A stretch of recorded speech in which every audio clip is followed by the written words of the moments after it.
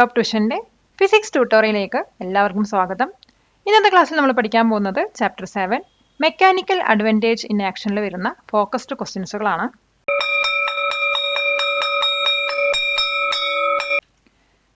Question: explain the relationship between mechanical advantage and work. Mechanical അഡ്വാൻറ്റേജും വർക്കും തമ്മിലുള്ള relationship explain ചെയ്യുക. ഒരു സിമ്പിൾ മെഷീൻ വന്നിട്ട് എഫേർട്ട് ഫോഴ്സ് മൾട്ടിപ്ലൈ ചെയ്തിട്ടാണ് മെക്കാനിക്കൽ അഡ്വാൻറ്റേജ് പ്രൊവൈഡ് ചെയ്യുന്നത്. പക്ഷേ ഇത് എനർജി ഒന്നും ക്രിയേറ്റ് ചെയ്യുന്നില്ല, അതോടൊപ്പം തന്നെ total amount of work done റെഡ്യൂസും ചെയ്യുന്നില്ല. അതേസമയം വർക്ക് എന്ന് പറയുന്നത് ഫോഴ്സ് മൾട്ടിപ്ലൈഡ് ബൈ ഡിസ്റ്റൻസ് ആണ്, അതായത് ഫോഴ്സ് ഇൻറ്റു ഡിസ്റ്റൻസ് ആണ് വർക്ക് എന്ന് വരുന്നത്. അപ്പോൾ ഇവിടെ എഫേർട്ട് ഫോഴ്സ് റെഡ്യൂസ് ചെയ്യാൻ വേണ്ടിയിട്ട് നമുക്ക് ലോങ്ങർ ഡിസ്റ്റൻസ് അപ്ലൈ ചെയ്യാവുന്നതാണ്. അങ്ങനെ ചെയ്യുന്ന സമയത്ത് വർക്ക് ഡൺ പറയുന്നത്, അതായത് എഫേർട്ട് ഇൻറ്റു ഡിസ്റ്റൻസ് എന്ന് പറയുന്നത് നമ്മൾ ഡയറക്റ്റായിട്ട് ലോഡ് ലിഫ്റ്റിന് സെയിം ആയിരിക്കും, അതായത് ലോഡ് ഇൻറ്റു ഹൈറ്റിന് സെയിം ആയിരിക്കും. അപ്പോൾ ആൻസർ നമുക്ക് ഇങ്ങനെ വിശദീകരിച്ച് എഴുതാൻ നോക്കാം. A simple machine provides a mechanical advantage by multiplying the effort force.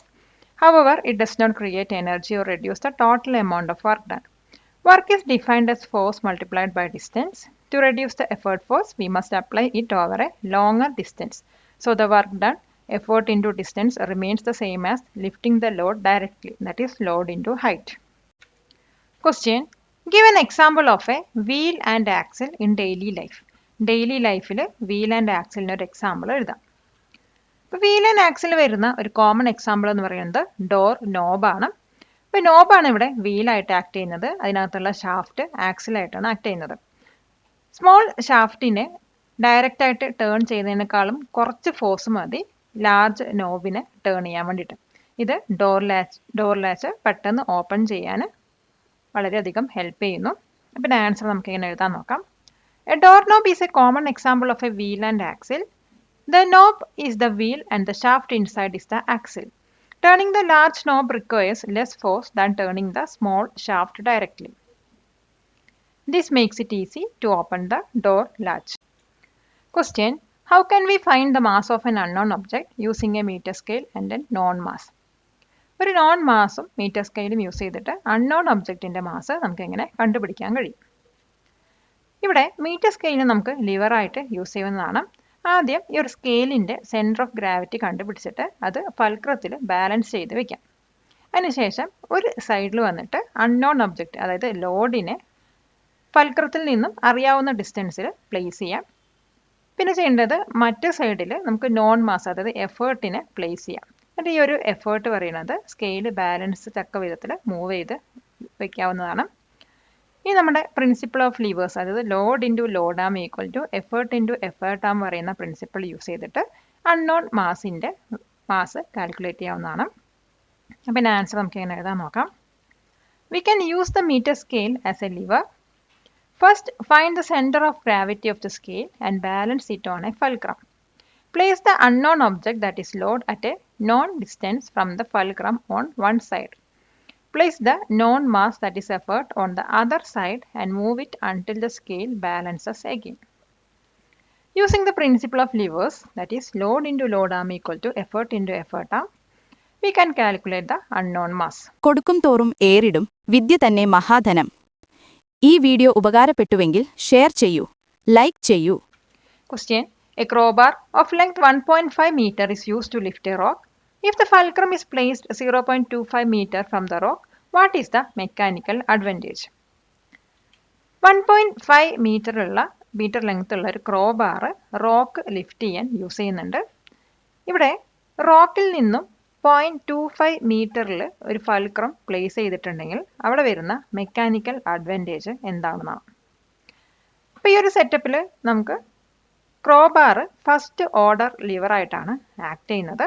ഇപ്പോൾ ലോഡ് ആം എന്ന് പറയുന്നത് റോക്കിൽ നിന്നും ഫൽക്രത്തിലോട്ടുള്ള ഡിസ്റ്റൻസ് ആണ്, അത് തന്നിട്ടുണ്ട് 0.25 മീറ്റർ എന്നാണ്. നമുക്ക് എഫേർട്ട് ആമാണ് കണ്ടുപിടിക്കേണ്ടത്. എഫേർട്ട് ആം എന്ന് പറയുന്നത് എഫേർട്ടിൽ നിന്നും ഫൽക്രത്തിലോട്ടുള്ള ഡിസ്റ്റൻസ് ആണ്. അപ്പോൾ അത് നമുക്ക് എങ്ങനെ കാൽക്കുലേറ്റ് ചെയ്യുക വെച്ചാൽ നമ്മുടെ ക്രോബാറിൻ്റെ ലെങ്ത്തിൽ നിന്നും ലോഡ് ആം മൈനസ് ചെയ്താൽ മതി. അതായത് 1.5 മീറ്റർ മൈനസ് 0.25 മീറ്റർ, നമുക്കത് 1.25 മീറ്റർ ആണ് കിട്ടുന്നത്. ഈ മെക്കാനിക്കൽ അഡ്വാൻറ്റേജിൻ്റെ ഇക്വേഷൻ എന്ന് പറയുന്നത് effort arm by load arm ആണ്. അപ്പോൾ നമുക്ക് എഫേർട്ട് ആം അറിയാം 1.25, ലോഡ് ആം അറിയാം 0.25.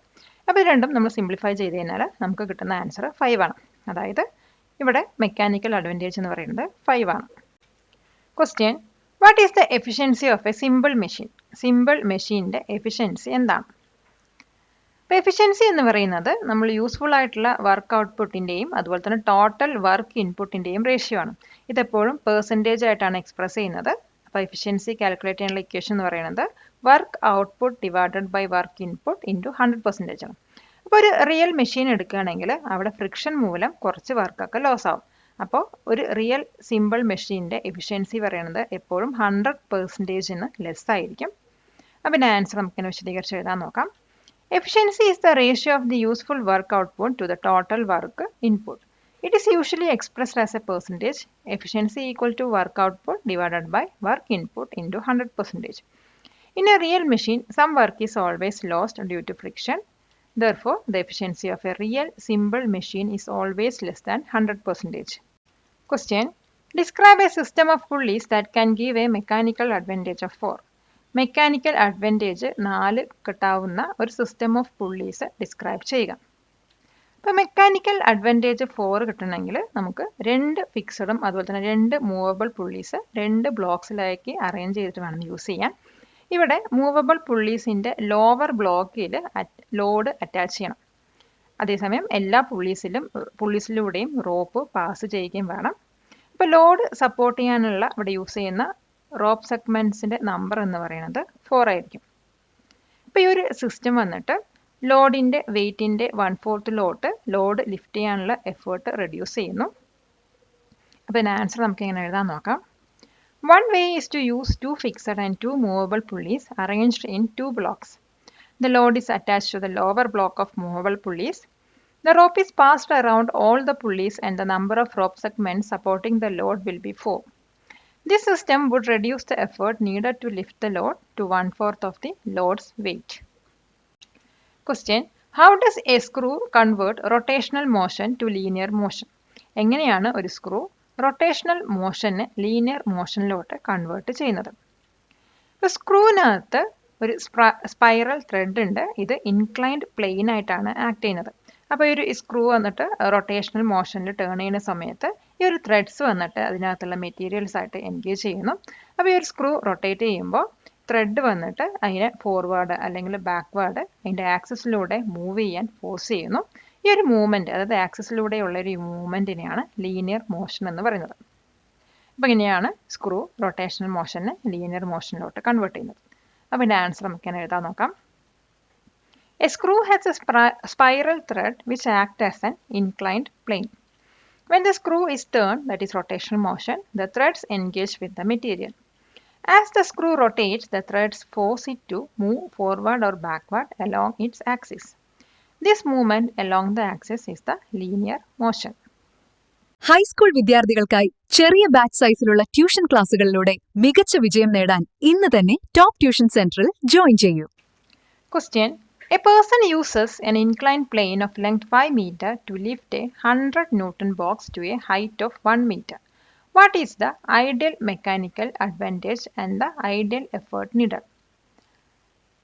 ഒരു വ്യക്തി വന്നിട്ട് 5 മീറ്റർ ലെങ്ത്തുള്ള ഇൻക്ലൈൻ പ്ലെയിൻ യൂസ് ചെയ്തിട്ട് 1 മീറ്റർ ഹൈറ്റുള്ള 100 ന്യൂട്ടൺ ബോക്സ് ആണ് ലിഫ്റ്റ് ചെയ്യുന്നത്.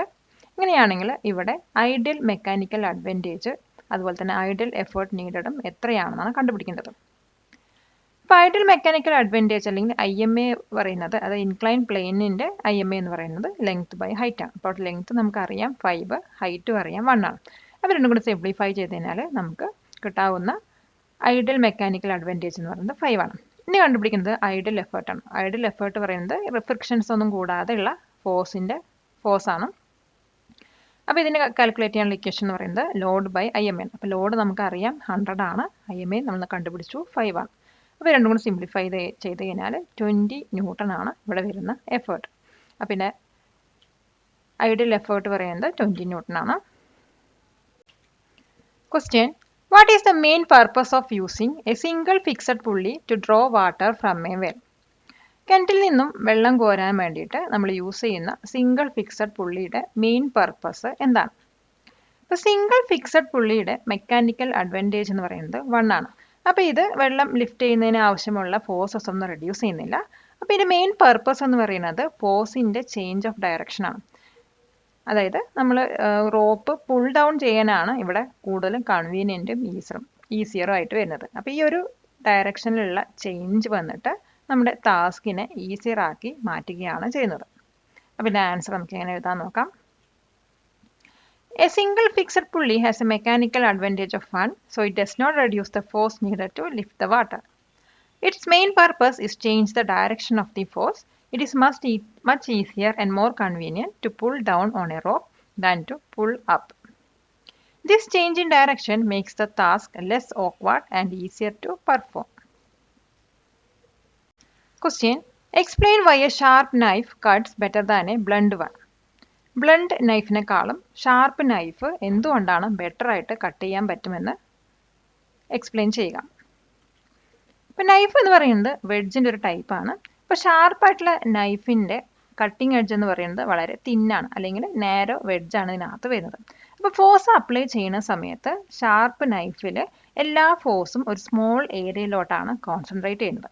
ഇത് ഒരു ഹൈ പ്രഷർ ക്രിയേറ്റ് ചെയ്യുകയും പെട്ടെന്ന് തന്നെ ഒബ്ജക്ട്സ് കട്ട് ചെയ്യാൻ ഹെൽപ്പ് ചെയ്യുകയും ചെയ്യുന്നു. അതേസമയം ബ്ലണ്ട് നൈഫിൽ വന്നിട്ട് ഫോഴ്സ് സ്പ്രെഡായി പോകുക, അത് ലോങ്ങർ അല്ലെങ്കിൽ ലാർജർ ഏരിയയിലോട്ട് സ്പ്രെഡായി പോവുകയാണ് ചെയ്യുന്നത്. അപ്പം ഇതിൻ്റെ ആൻസർ നമുക്ക് എങ്ങനെ എഴുതാൻ നോക്കാം. A knife is A type of wedge. A sharp knife has A very thin cutting edge, meaning it is A very narrow edge. When force is applied, a sharp knife concentrates all that force onto a very small area. This creates a very high pressure, allowing it to easily penetrate and cut through objects, unlike a blunt knife which spreads the force over a larger area. Subscribe to this channel for more videos like this. Question. In which order of lever do we always have to apply more effort than the load? Why is it still useful? ഏത് order of ലിവറിനകത്താണ് ലോഡിനേക്കാളും കൂടുതൽ effort apply ചെയ്യേണ്ടി വരുന്നത്? ഇത് ഇപ്പോഴും useful ആണോ?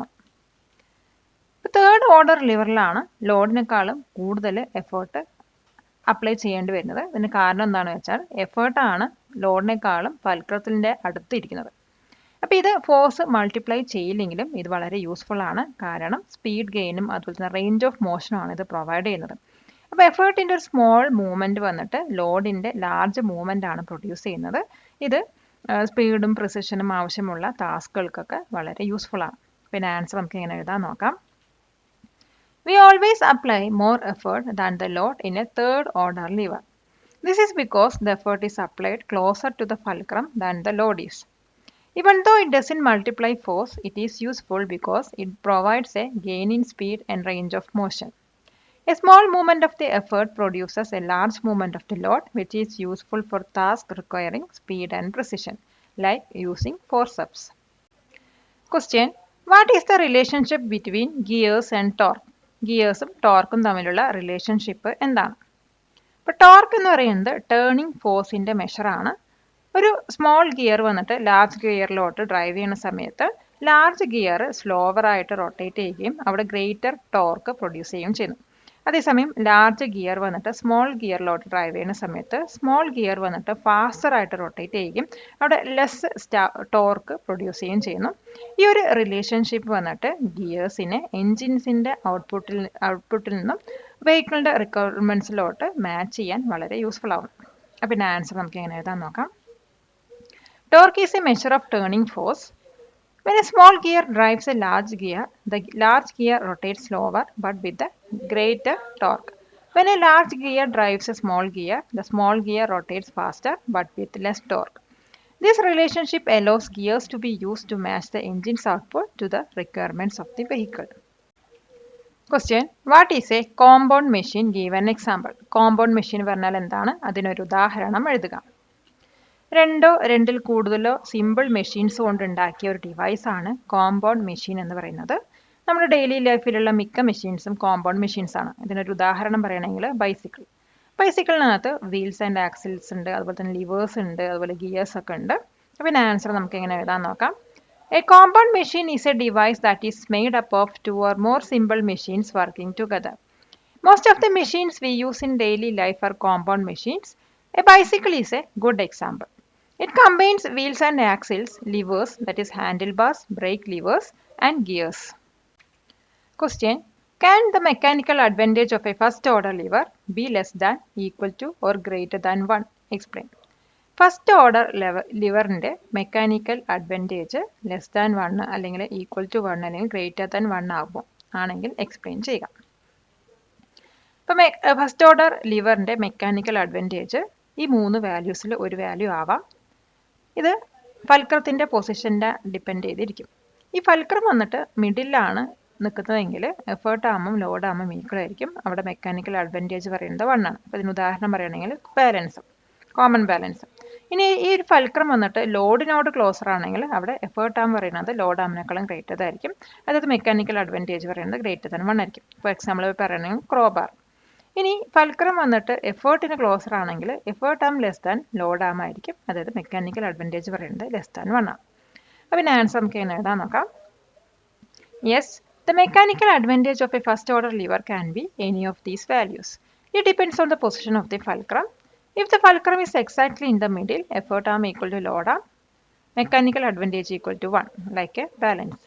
If the fulcrum is closer to the load, effort arm greater than load arm, mechanical advantage greater than 1, like a crowbar.